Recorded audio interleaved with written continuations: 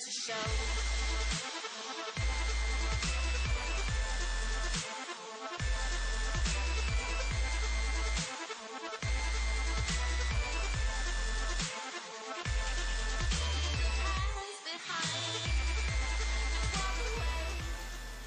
Hello, Mrs. Houston's stats class. Today I will be teaching you about frequency polygons and ogives.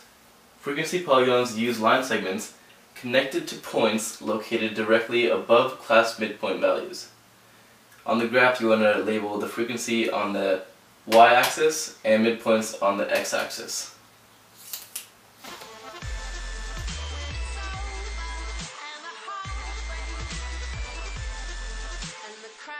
Begin to show.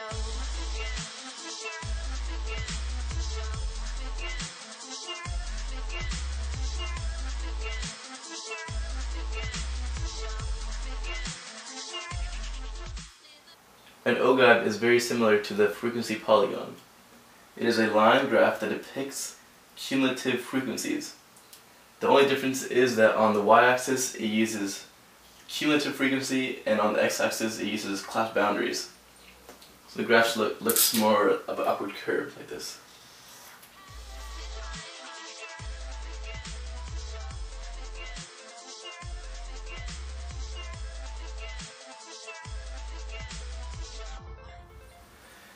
And here's the comparison. You have the frequency polygon on the left here, with the frequency on the y-axis and the class midpoints on the x-axis.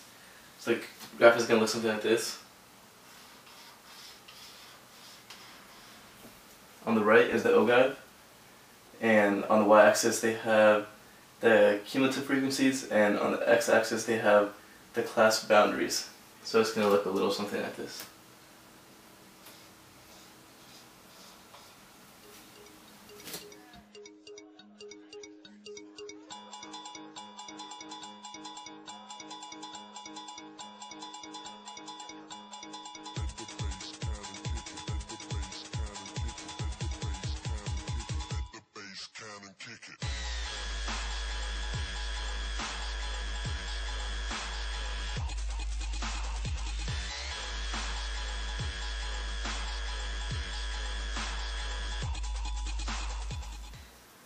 And now let's do an example.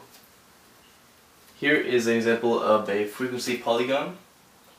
I've given you the class intervals here, so 50 to 59, 60 to 69, 70 to 79, and 80 to 89.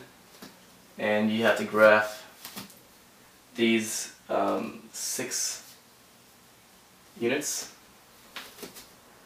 So what you do is you want to graph on the bottom here on the graph. And what you want to do on the bottom here is you want to say the number of times something appears in the intervals, and you want to put the class midpoints on the bottom.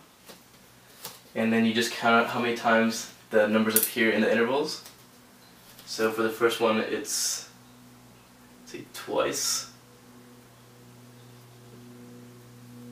And the second one is no times. And then from 70 to 79, 70 shows up once. And from 80 to 89, there's 3 units that work. And then you just connect the dots.